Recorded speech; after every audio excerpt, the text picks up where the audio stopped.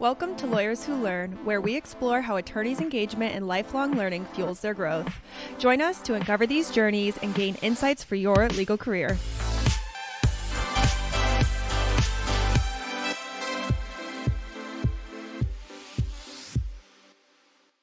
Basha Rubin, welcome to Lawyers Who Learn. This is my first episode of 2025. I don't know when it will air, but it's the first recording. So thank you for joining me. Thank you so much for having me, David, and apologies for my voice. Yeah, and you could have easily canceled with that voice. I appreciate you sticking through it, and I'll try to make the questions easy, so it'll be a fun way to talk. Lob me some softballs. Exactly. So Basha, we were just talking before we started, and we've known each other, I don't know, about a decade so far, and you've built an amazing company. And you came into my offices, and I was like this big office, and you were starting off. I'm like, oh yeah, and it's amazing because when so many people, like there's a handful of people in my life in the legal tech space who've come into my office who've actually turned it into something. One of them, believe it or not, is Jack Newton from Clio. Wow. He I came love in. that. We were like, dude, 5 million in revenue, and he was just barely, not even under, he was under 1 million, and he did advertising with us, and he came to my office, and we did all those things, and we helped him out. And most of those things don't work out, and I'm like, damn, if I only figured out a way to work with him more. And you as well, you're like, oh, I'm going to start a legal outsourcing firm for general counsels. And I remember at that time, there were several other companies that were doing that. I can't even remember their names right now, but they were bigger and they were more established. And you were coming in with the name Priori Legal. I'm like, what the hell is Priori? And I actually had to go to ChatGPT. It turns out I'm not a branding genius, David. So let's start with that. Let's start with the name and not being a branding genius and that conversation. And then we're going to get into sort of what you've learned. And just to level set for you, the purpose of this podcast is not about telling your story of success and what you've done, which will happen. It's what you've learned along the way as a lawyer, as a CEO, as an individual. So tell us, I guess that where you were at 10 years ago, around when you had the idea and the non-branding name Priori Legal. So I hate to break this to you, but it was more than 10 years ago. I think it was something. I'm scared to. I had a feeling, but yes. So how long was it? Well, we officially launched in 2013, and I think I met you right around then. And just to shout out to your many listeners and fans, not only were you helpful to Jack Newton, you were also very helpful to us. You let us record webinars in your beautiful studio when it would have been a huge budget stretch for us to be able to afford something. So thank you. You're the godfather of legal tech. Tell that to Bob Ambrosi, who won't return my call. I'm just kidding. I was just hanging out with Bob at the legal tech, the legal tech one, something which was awesome, which we'll get to. That was awesome. I always tell Bob if he doesn't write about it, it didn't happen in legal tech. No, totally. But even with that, I'm like, well, what is my goal? Like besides ego, but we'll get to me towards the end. But okay. So the theme, usually there's a theme. There's two areas that I want to approach, and which we'll see which one wins. What have you learned from legal outsourcing? Because it's a market that wasn't so as big as it is now. And what have you learned along the way? How the technology is needed, how law firms work, how you get, the whole process. And also the other side is, what have you learned building a legal tech company as a CEO? So we'll see which way gives you more energy and is more there. But yeah, so to tell me about the origin story, and then we'll get into what you've learned. My co-founder, Mira Levin, and I were classmates at Yale Law School. And we graduated in 2010, and there were two big narrative arcs happening at the time. One was the rise of the marketplace generally, so the Ubers and Airbnbs of the world. And the other was sort of colossal freak out in the general economy as well as in the legal industry, that the ever-rising rates of big law would not be sustainable. And Mira and I, as dear friends in law school, started chatting about what we were seeing and thought there might be an opportunity to build a legal specific marketplace that helped at the time smaller companies and individuals find the right lawyer at the right price every time.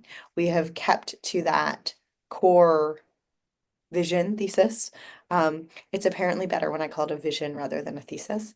It's good in your PE company if you have a thesis.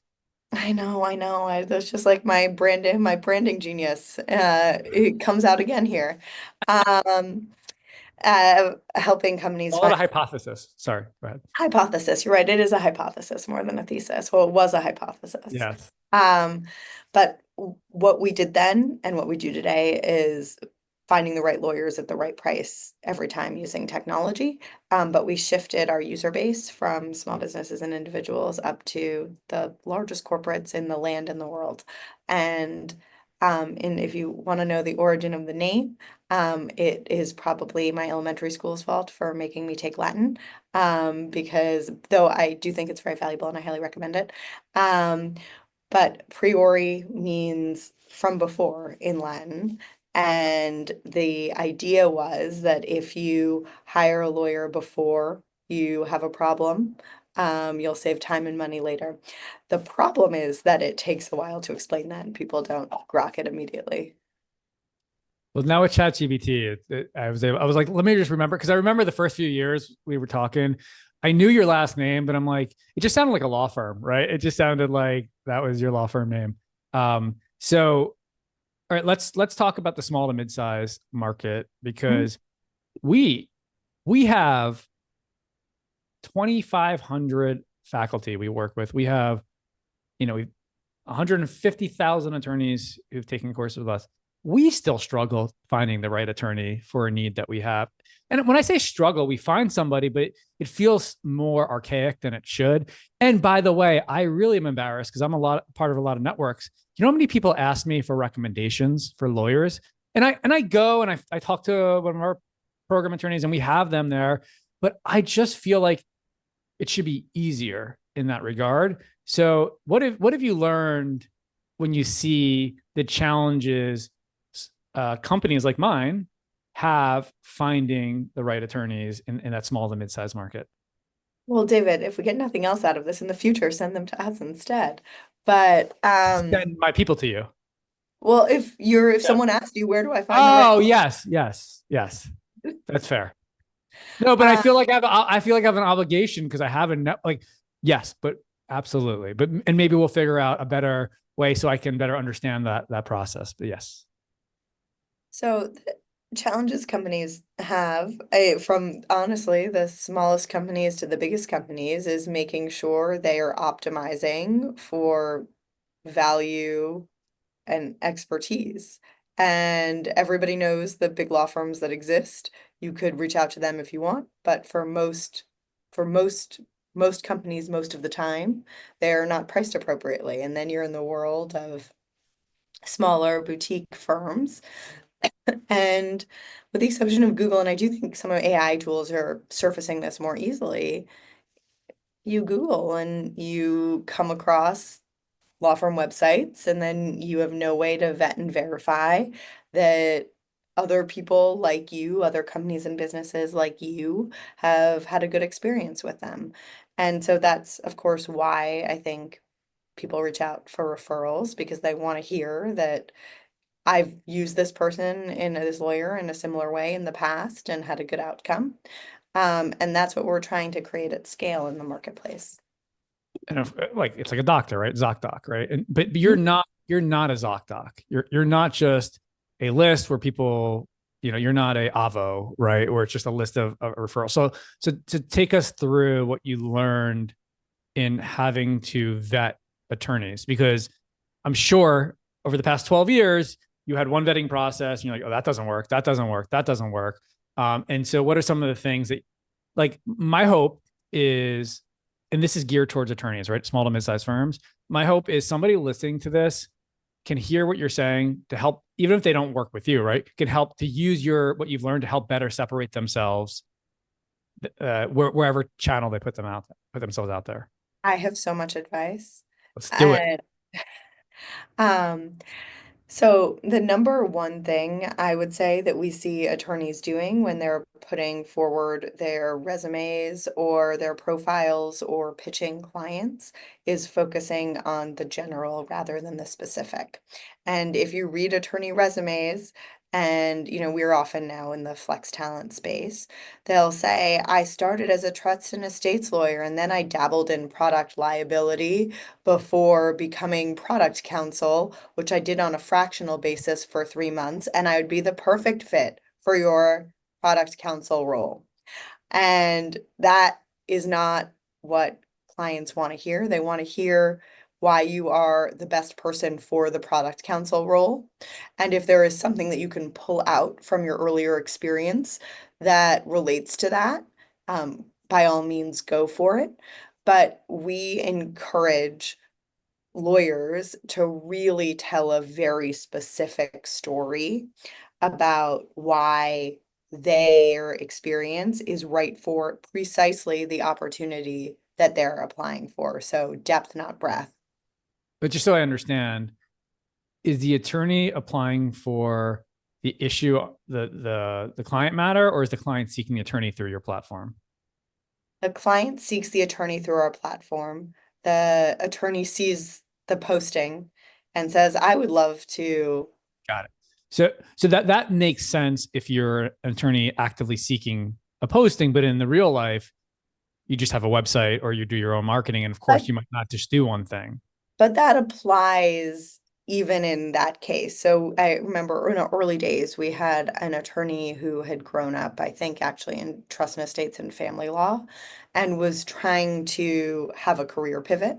And had been wanted to get into commercial contracts and had been doing that kind of work. But when you went to her website, you were confused about why you Makes would retain sense. this Okay. person. I'm with that. Okay, that's one. What else? Um, Number two, and I think this is just good life interview advice generally. So talking to a new client, um, research who they are, what their company does, any major events that might have occurred in the last 6 months. So we had an attorney who was interviewing for, I'm trying to, it's as a comment, at a company that has global household name recognition. It has been in the news thousands of times over the Okay. past decade. And this person went in for the interview and afterwards called my team to chat about how it went and then said, and what does that company do anyway? Don't do that. Whether it's the smallest company, the one person startup, or a Fortune 500 company, That oh, makes that sense. show me you know me. Anything else come to mind? I'll keep digging if you have, but I don't want to push my I luck. would say presentation matters and that what you wear, what your Zoom background is, um, whether there's other things that are visible. I think that makes a really big difference in intro calls, and you look like you're gonna ask me something. Yeah, I am. Yeah. The most important thing, I mean, not the most important thing, but obviously the number one thing that people think about is what is your billable hour, or what is the price point? How does that work on your platform? Like what's the business model there? Yeah, so we have obviously at this point, given that I've revealed that I've been at this for more than a decade, thousands of data points about what attorneys across practice areas, years of experience, and geographies charge. Um, that is made available to our attorneys as they're onboarding. It is a marketplace. We don't tell attorneys if you're a commercial contracts lawyer between X and Y years of experience, you charge this. Um, our view is that we are connecting sophisticated buyers and sellers to each other, and they can make these determinations. And so they get access to that data and they choose how to price themselves. And then when new projects come in certain circumstances, they'll have the opportunity to bid and either keep the rate that they initially indicated or reduce it or raise it if they want based on the nature of the project. What is your business model? Like how do you make the money from that? We take a management fee. Of what? The matter? Or no, it's Yeah, of the billings through the platform. got it. So That's paid to us by the client. sure, but certainly I assume that I can come for one matter and then I can end up using that attorney for 10 other things. And they might not use their platform. They might just do it on their own. How does that work? They they are obligated to continue to use the platform. Got it. Okay. So they sign a legal document with you. If they get a client through you, they need to bill them through your platform. What do you use for your bill payment processing? We built everything custom, but we use Stripe. Stripe. Got it. So like Clio and has Clio Pay and there's Affinity Pay, things like that. Are you essentially using Stripe to do what they're doing? You're actually, or am I missing something? We have a billing system, so the attorneys upload their invoices either with a manual Got it. interface or if they're using another billing system, they can download it as a leads file and then upload it onto our platform, and then we manage all the billing. Got it. So you're like essentially with Clio, if I understand it, they've taken over the Stripe. They're actually getting that 2 to 3% that Stripe gets. So Stripe's still getting their 2 to 3% processing fee, and then you charge them a fee, whatever that is, for them billing on from there. We're paying the clients, the corporates are paying us, not the lawyers. Um, Oh, interesting. So they're paying you a percentage above the whatever the rate is. Fantastic. Interesting. Because so was there ever a time when the attorneys were paying you? Do you get paid on both sides? we haven't wanted to run afoul of the rules of professional conduct, Got it. and I was going to ask you about that. So yeah, it sounded like a referral fee for a second, and then exactly, and that's why the clients pay us and not the lawyers. certainly it seems, and then we can move on from your like there. And obviously you've been doing this for a couple of years. There could be a SaaS fee, like a software fee for them to be on there. Maybe there's not enough money for you to even. It's not worth the time and energy to do that. We have really wanted to be to vet the attorneys who participate. And we think if we start charging them whatever, $100 a month, Yeah, $1,000 a month, that kind of implicates our ability to pay for be play. effective. And it also, the thing about our platform is we have attorneys on our platform who made well north of 7 figures last year through us. We also have attorneys on our platform, and good for That's them. fantastic. No, it's good for you. Good for in general. Good Wow. for everybody. Wow. But we also have attorneys on our platform who made $0 last year or who made $500 last year. And part of our value proposition to our clients, we hope what we're driving at is to be a single source solution for any kind of project they have. And what that means is it makes more sense to make sure that, if you need an employment lawyer in Liechtenstein, um, we have someone on the platform who can do that. I can't promise the employment lawyer in Liechtenstein that they're going to get very much work through us, but so that, it Yeah, would I be a got it. different kind of model. I'm tripping up on my own thoughts for my questions, but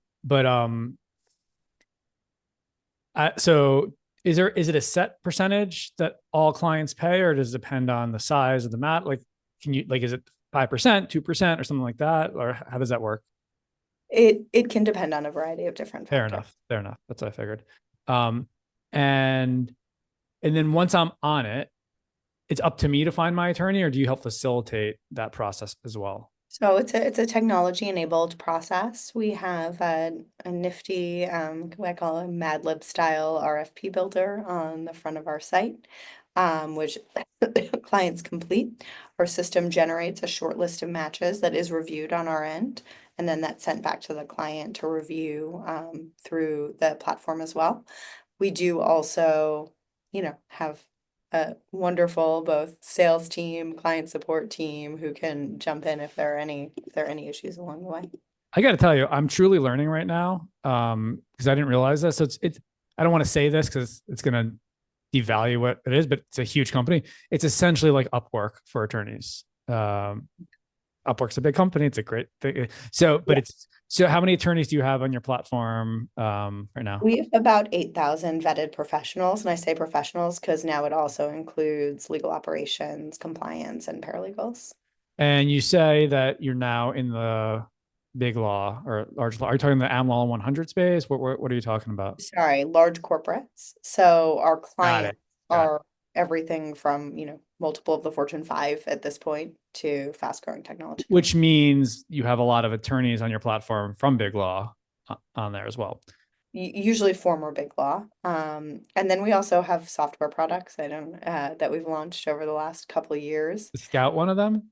Yes, so Yeah. it's panel management, and we are at panel management and RFP, um, which together are the artist formerly known as Scout. Um, Um, again, yeah, sorry. wait, no, I'll get to I'll get first of all, I realize now I can talk to you for 5 hours. So I just want to make sure you have how much time do you have left to go I here? have until 3. Yeah, we're not going to go there. So you'll be fine. We'll do 5 hours. We'll get together in person. But yes, But we can have coffee or drinks for 5 yeah, hours. or ping pong. By the way, do you see this right here? I do. That's an advertisement for not to stare at your phone when you're walking into walls. So, and that happened about an hour ago. Um, It, I'll make a mental note not to stare at it well, specifically when I plan to walk into a wall. in all fairness, like what's happening in I was like reading a video, watching videos about LA right now. I was like, Of course, yeah. devastating. Jesus. So, Yeah. so this is a injury for a purpose. But back to you. But just can you give me just a ballpark? Just I know get a range. Because let's say I'm interested, and I am actually being a client of yours. What is a range that usually a clients pay? What percentage? There's got to be a ballpark that you charge. It's really broad, David, because we do everything now up to W-2. And so when you're W-2ing attorneys, you're paying employment taxes and all of that. So it really depends on the engagement model. Okay, I will let you go. Thank you. Where have you? We did a whole series on alternative fees and value-based billing and fixed pricing. I'm actually interviewing Todd Smithline next because he did that really well a while ago, and we did 4 podcasts on that. What have you seen? Is that happening in your platform, and how is that working? Yeah, it's interesting. It used to happen when we were in the small business market. It was about 50% of what we saw through the platform. As we have moved into larger corporates, there are a range of fee types that we see on a pretty regular basis in addition to hourly, which like long-term project-based fees, though less popular, I think, than in the small business market. A lot of weekly rates, as well as sort of rates for guaranteed availability, if that makes sense. Maybe it's another way of saying like a time-based rate. Um, but there's a lot less alternative fees and value-based billing, I think, in this market, Sure. which I would define as both the like large corporate market versus small, a small business wants to know how much their, trademark is going to cost. Totally. I think that a lot of the work that we're doing, if you use the sort of like core cream commodity view of legal work, falls outside of the cream. It is mostly the core and the commodity. And they are typically saving significantly using the platform.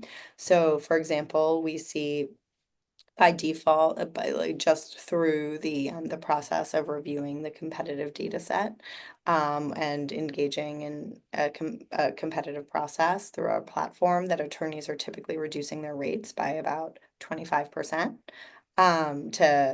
to for a priori clients. Well, it makes sense because they're paying a premium to be on your platform, so they're reducing. They're to some degree that could be part of your pitch. You might be paying us more, but as a prior client, they charge you less. Is that a fair statement? Yes, though the attorneys aren't paying, the clients are, but yes. The We're saying Yeah. Yeah, we're saying the same thing. It's Yes. Yes. at Fortune 500, you're still talking to attorneys as your, yeah, Yes. yeah, fair enough. Correct. I just said it wrong. Just like to So be crystal clear on that point. no, fair enough. I appreciate it. You've raised money, I think a couple rounds. Can you tell us a little bit about that and what you've learned through that process so far? That could be a whole podcast in itself, and definitely a 5-hour drinking session. Um, so Get to the good stuff. Get to the ugly parts of it, or the harder parts. parts, the juicy juice. Yeah. Um, How much have you raised? I think it's we've raised about 25 million. 25 million. I have no clue. Mm-hmm. Wow. And take us through who's the rounds, I guess, just so I can understand. Yeah, we raised a friends and family round in the early days. Then we raised a $2 million, I'm gonna get the numbers wrong, which is embarrassing, about a $2 million seed round in 2017, which was led by Hearst, and they're still letting me stay at Hearst Tower, which I'm very, very grateful for. All the best things in the world to say about Hearst. And then we raised a $6 million round in 2020 and a $15 million round in 2022. And that was with the legal tech fund, or the 6 million was, or something else? No. So the 6 million was a range of different investors, including Hearst, including Mindset Ventures, which was led by Jules Miller, who's been in the legal tech Oh, sure. industry Yeah. I quite a haven't heard while. her name in a while, but yeah. Yes. She's great. And then in 2022, the lead on the round was Eagle, who I don't know if you know them, but they also led Contract Pod AI's Series A. Okay. And Thomson Reuters also participated in that round, along Oh, okay. with a range of others. And so what is the affiliation with the legal tech fund? They invested in They're that part round. of the round. Got Yeah. it. Yes. Wow. Okay. So yeah, so take me through the need, what you've, the challenges, obviously, to raise that kind of money. What is the total addressable market that you're trying to get at? I'm just get a sense of that. For this part could be geared towards the legal tech entrepreneurs who want to get some value out of it. These aren't specific. I will say that these are observational learnings from what I've seen both personally and also just in the industry, having now been through a couple of boom and bust VC cycles. I would say that the number one thing is we realized we needed external money in order to be able to scale, in order to be able to build the kind of product that we wanted to build. But you are entering into an endless cycle of needing more money, which is what the venture capital industry wants you to want, or used to want you to want. I do think that has changed meaningfully in the last couple of years, where there's a real push for profitability. But if you keep on raising money and spending money and burning money, you need to continue to raise money. And every time you raise money, you own less of your company, and the valuation gets higher, and everybody's exit expectations get a lot higher. And as a very seasoned entrepreneur of a very successful company once told me, about maybe like 8 years ago, as I was first considering whether to raise money, said to me, like, Basha, knowing what I know now, I would rather own 100% of a company worth $10 million than 1% of a company worth $1 billion. And I think that is a good thing as you are considering your journey and your goals, about what what what you want and what you're looking to get out of it. Well, it's so interesting because we've been doing this for 25 years in total, but 17 years since I sort of rebuilt it. And yeah, we have not raised money, and we are an 8-figure business. So, and it's pretty good. So, but it is pretty good, but to some degree, I do feel left out of the crowd, right? Like it's interesting because look, even so, we're still growing. We're not growing as fast as we probably could if we raise money and we pivoted into other areas, and we have pivoted. We've now built a product to do accreditation services for law firms and organizations, and that's our fastest growing product. Well, But how do I get accredited to provide CLEs? Can we talk about that? yeah, we do it for you. We have a platform where we manage it, we actually do it, and then you can track it all on our platforms. We essentially, whatever we use for ourselves, we built it for our firms. We have AmLaw 100 firms using it now, and it's really successful. We started 6 months ago. It's 6 figures, and it's, that is a really interesting product. That the only reason we built it is because we were asked to build it like a dozen times. I'm like, no. But finally, you're like, well, you keep trying to build something that nobody wants. Why don't you build something that people want? Well, let's discuss that offline. Okay, for sure. So, okay, I got stressed through that process. How do you feel these days? Like, what was your, like, that sounds like probably some of your biggest fears, doing that, losing equity, dealing with lots of decision makers, having a board you're dealing with, constantly needing more money. What were your biggest fears? Was that them? And what were you surprised or not surprised? Like, what was the result, sort of where you're at now? We've gotten very lucky with our investors and with our board, and maybe lucky isn't the right word because we've also been very intentional about it. And I think we've picked partners that we genuinely like and trust and enjoy working with. But I certainly know that that's not everybody's experience. And, well, and so we have felt very good about that outcome. But that in some ways, like, serendipity isn't quite the right word. But I have seen so many companies go wrong through the process. And the question you asked me was sort of what I didn't know, and I didn't know any of this. I didn't understand I just didn't understand the industry and the dynamics.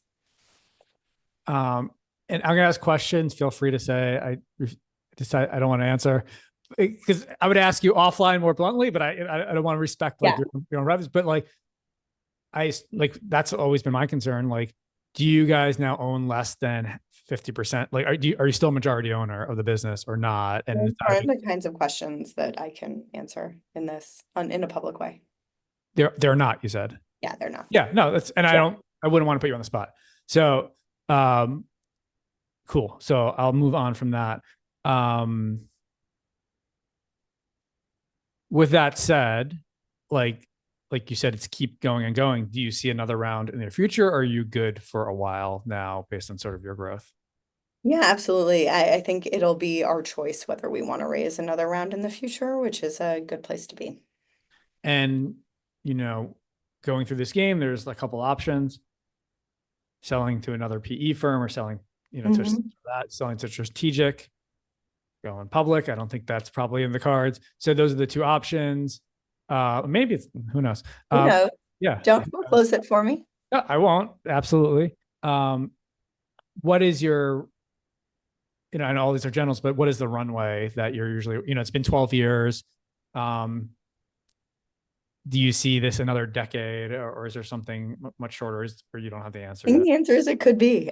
We are, I think, very open-minded to what the future looks like. We love what we're building. We love our business. We love our team. How big's your team now? About 50. 50 people, and all in person? No, sadly. We went remote first during the pandemic. I do miss seeing people in person. So you're fully remote then? And we have a New York-based office that people can come into, but it's only a small fraction of the team that's based in the New York area. How has that been for so we were fully remote as well. We went remote during COVID. We're about 35 people. We're in 12 different states now. So we're sort of the genie's out of the bottle. And I recently myself, I'm at home, but I recently got my own office on Park Avenue because one, I wanted to go to more meetings and I just needed to get out of my house, but there's so many benefits to it. And it's been really great for our culture in so many ways. We have a retreat every year. We're flying everyone to Bozeman. That sounds awesome. Yeah. We went to Charleston last year. We do all these different things. So that's cool. How has it been for you guys?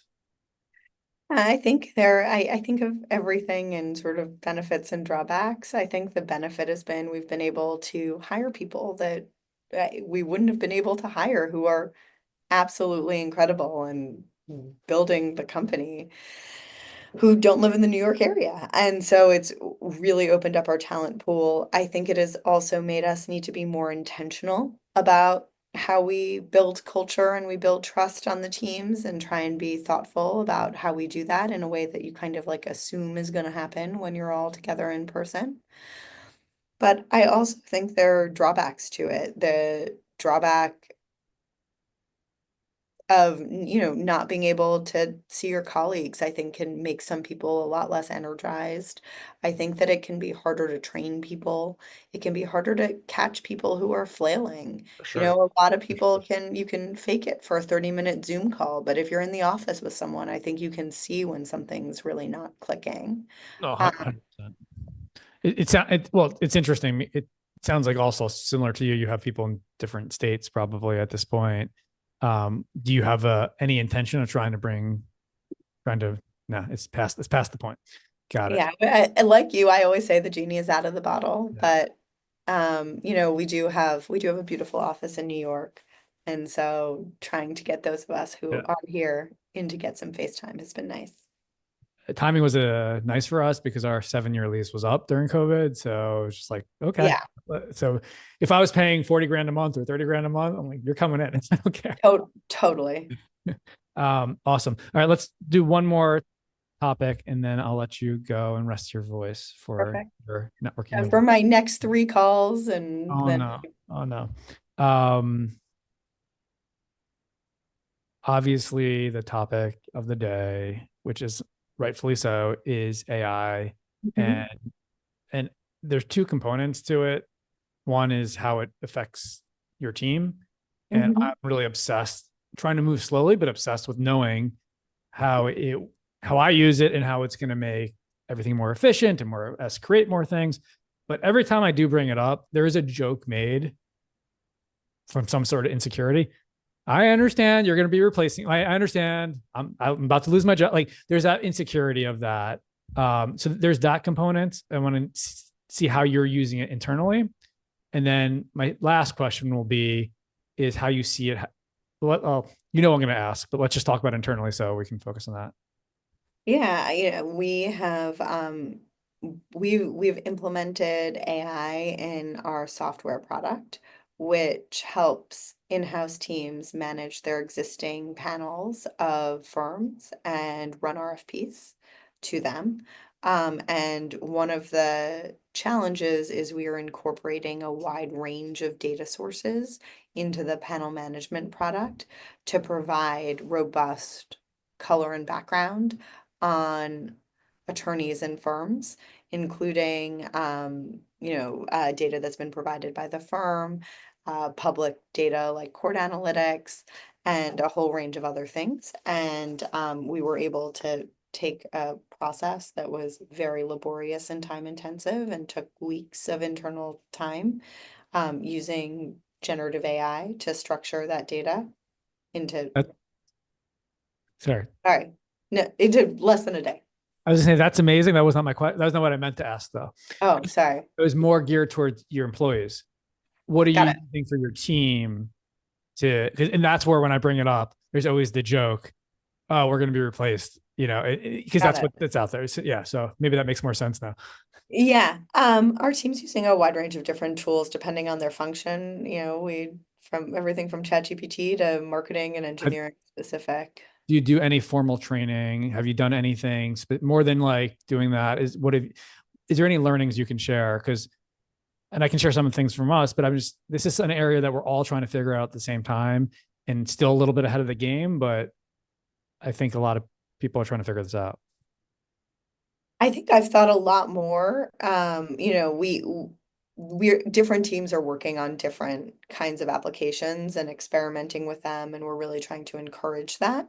But I think as a company, we're doing a lot more thinking about where it adds leverage to our products. Got it. So there's not a real focus except good luck with ChatGPT. Use it as you can. It's very different on different teams, and their team leaders are sort of in conversation. But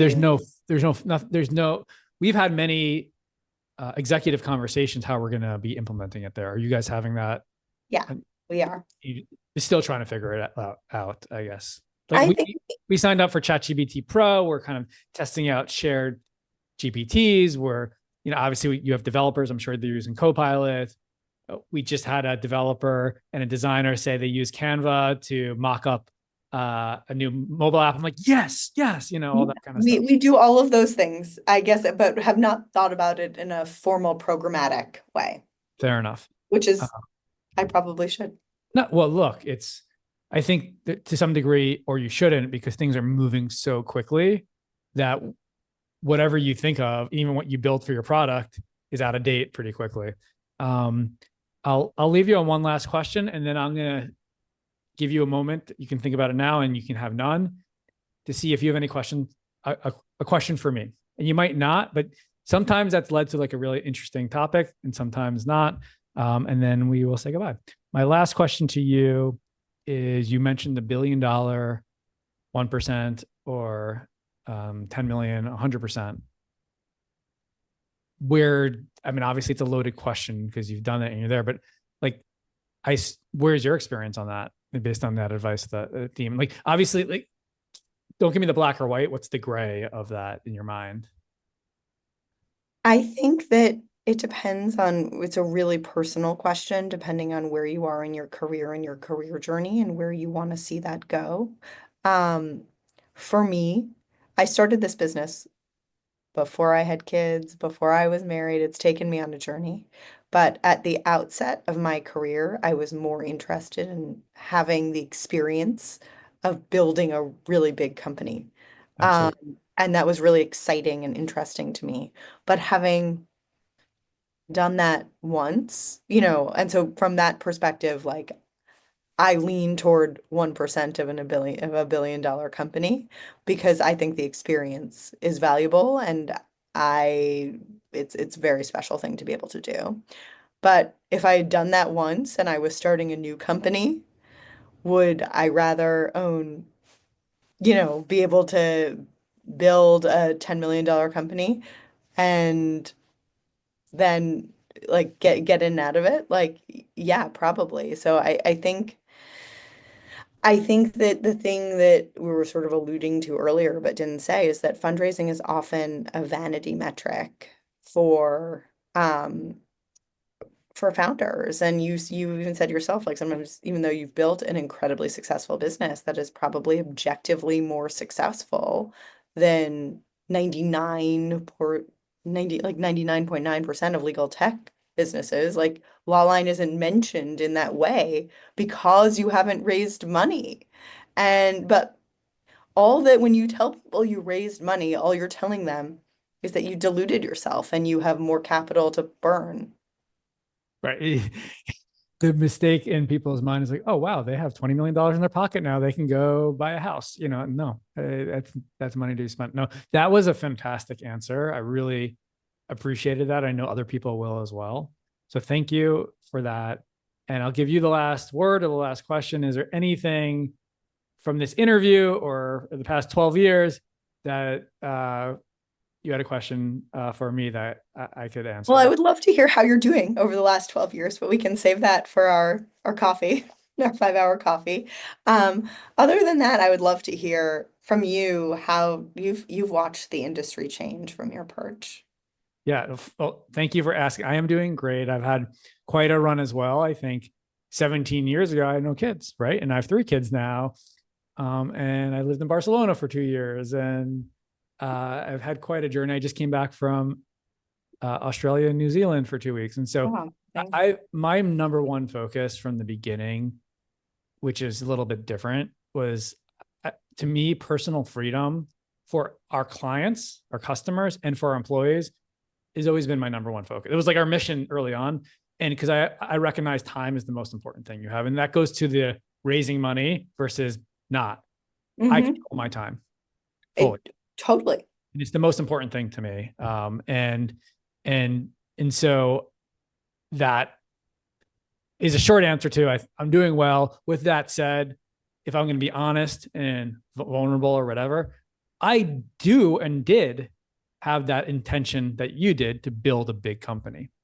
But I never, that was in my head, but my actions did not follow that. So like maybe that was a thought, but I don't know if I truly want that because I didn't take the actions to raise money and to try to scale there. Plus, if I'm going to be honest, there's not a huge total addressable market just in the CLE space. It's too fragmented and it's specific. We can definitely is a very large addressable market in lawyer education, particularly 100%, AI. and beyond that. And then what I've seen in the market, I will just say it's beyond exciting. It's beyond energizing. It's the first time, and I'm not going to tell you anything you don't know, but I think with AI is the first time that you're seeing lawyers and legal tech ahead of other industries, because e-discovery, contract review, all these things are built. All the data is built for AI. So that's really exciting. And of course, where we just saw each other, the Legal Tech Fund Summit. And, I don't know much about, I know they're raising money, I know that, but just to have that ecosystem that exists is so exciting and so energizing for me. And then of course, Clio, just Jesus, like unbelievable. It's just unbelievable. It's just like, it almost feels like they can do no wrong. And that's what's exciting, but also like, wow, like that Jack is smart. And I'm decently smart, but like smart, like that's a level of props and respect that I give to others. And I've always been one who celebrates others' success, and I'm doing that. With that said, there's a little jealousy, but I'm very excited to see what the next few years will be. I'm a big believer for small to mid-sized firms in the non-billable hour and figuring out how to get them there because of what I just told you. My biggest mission in life is helping people free up their time because there's only one life to live. And I never wanted to be sitting in an office all the time. And that's why I don't mind a remote work environment for myself and others, because that's not, because we all know we slack off a little bit more, but you see more your family more. I just walk my dog, but that's also a downside, whatever, but yeah. I'd rather do that. So cool. Thank you for that question. It also helps me when someone asks me, I'm like, oh, it's my own therapy. And my hope is like a good interview is I hope you learned a little bit about yourself and the business, because that means other people did as well.